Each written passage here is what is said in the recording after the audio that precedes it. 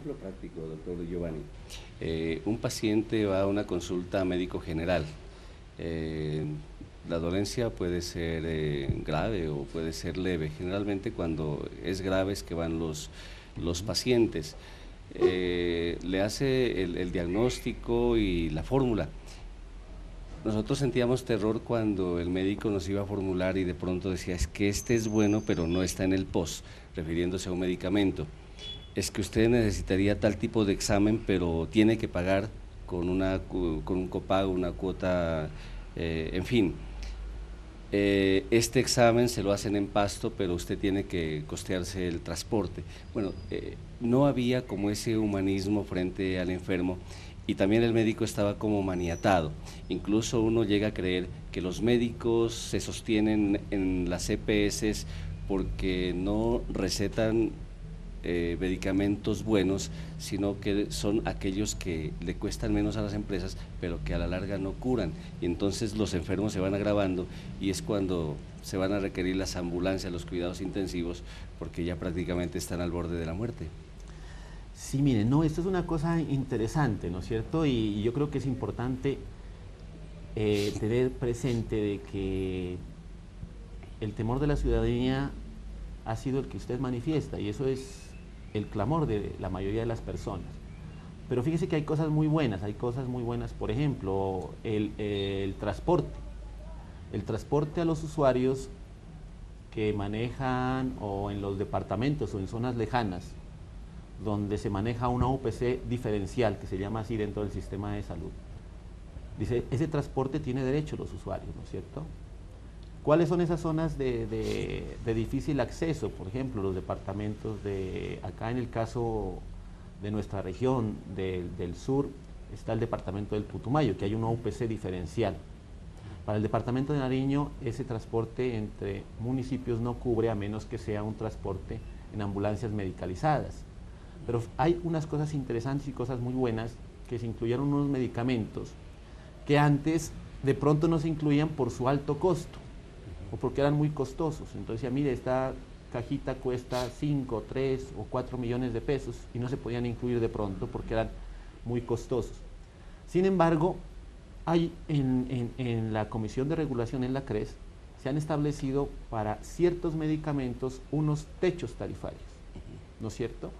Que eso permite que el costo de esos medicamentos no se desborde, y que permite que no creen monopolios, y que sea más justa su atención, y que permite también que el médico lo pueda formular sin ningún tipo de limitaciones, ya con ese techo tarifario, que es lo que siempre se ha venido pidiendo por parte de las instituciones, por parte de las EPS. En el caso de Mayamás, el doctor Fabio, el gerente, ha sido muy enfático en eso, en cada reunión que él ha estado, incluyendo en los gobiernos anteriores y en los consejos comunitarios que se hacía, él siempre manifestaba que hay necesidad de establecer unos pisos tarifarios y unos techos tarifarios, ¿no es cierto? ¿Para qué? Para que sea más justo y más equitativa la competencia, tanto de las instituciones prestadoras de servicios de salud como de las EPS, porque existen en algunos municipios que hay un solo prestador y se puede abusar del sistema, y se puede colocar de pronto precios que sean a su conveniencia. Teniendo un piso tarifario, teniendo un techo tarifario, nos regiríamos dentro de la contratación, dentro de ese rango, y sería más justo para el sistema, y sería más justo para todos los que tenemos acceso a él.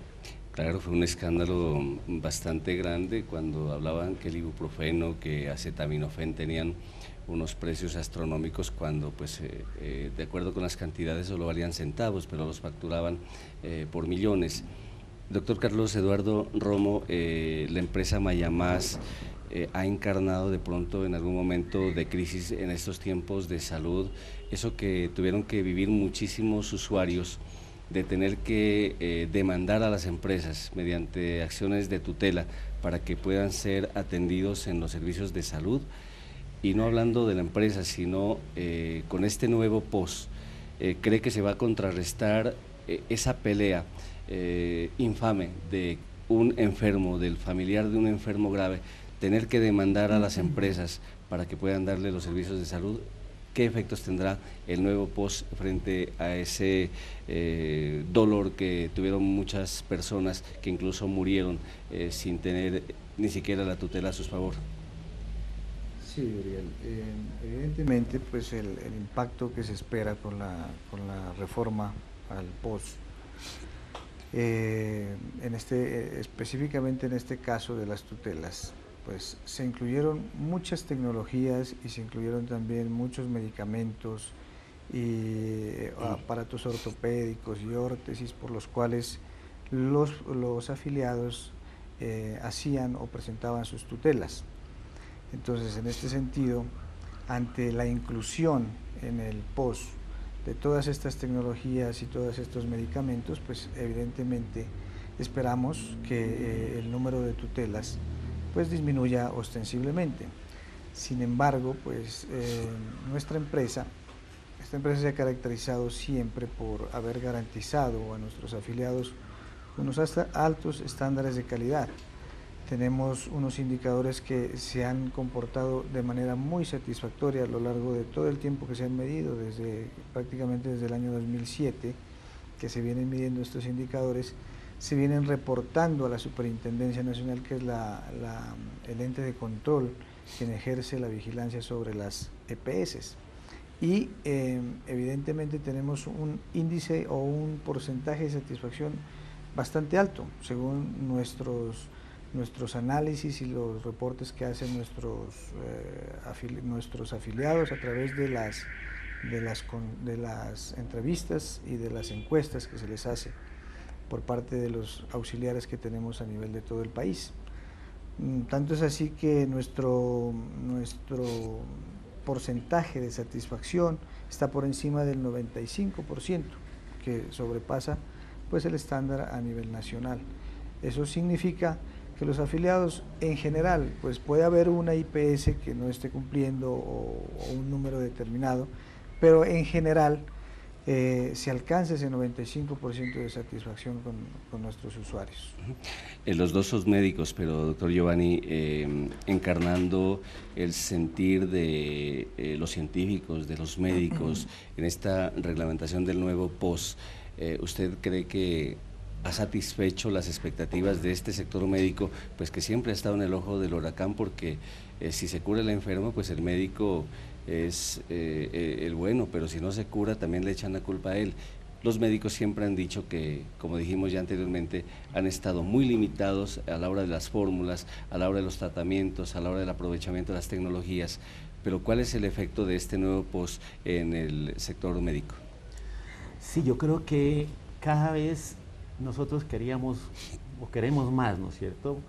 Sin embargo, yo creo que esto nos ayuda como para mejorar la satisfacción de los usuarios y dar un poco más de tranquilidad a nuestros colegas médicos, en el sentido de que podemos dar los tratamientos de acuerdo a nuestra formación académica, de acuerdo a nuestros criterios médicos, y no limitarnos a unos listados simplemente que hay. Porque recuerde que el POS es una parte dentro del sistema de salud, pero sin embargo algunas actividades o algunos productos que no están dentro de ese POS, el gobierno nacional tiene establecido dentro de este sistema de salud otros actores que deben cumplir con su responsabilidad para garantizar la atención al usuario. Si algún medicamento no está incluido en ese listado de medicamentos POS, se supone que ese medicamento está garantizado a través de otro mecanismo o a través de otros actores, que son las entidades territoriales en este caso, ¿no es cierto? O de procedimientos también que no están en el POS, también deben ser garantizados a través de otros actores, como son las instituciones departamentales, en el caso de Nariño, el Instituto Departamental de Salud de Nariño, que garantizan esas actividades y esos procedimientos no POS. Entonces, en el marco de este sistema, se supone que la atención en salud para toda la comunidad está garantizada en todos los componentes. Lo que es del POS lo cubren las EPS a través de sus prestadores de servicios de salud, a través de sus proveedores, y lo que no es no POS lo cubren las direcciones departamentales y el Estado a través de sus instituciones, ¿no es cierto?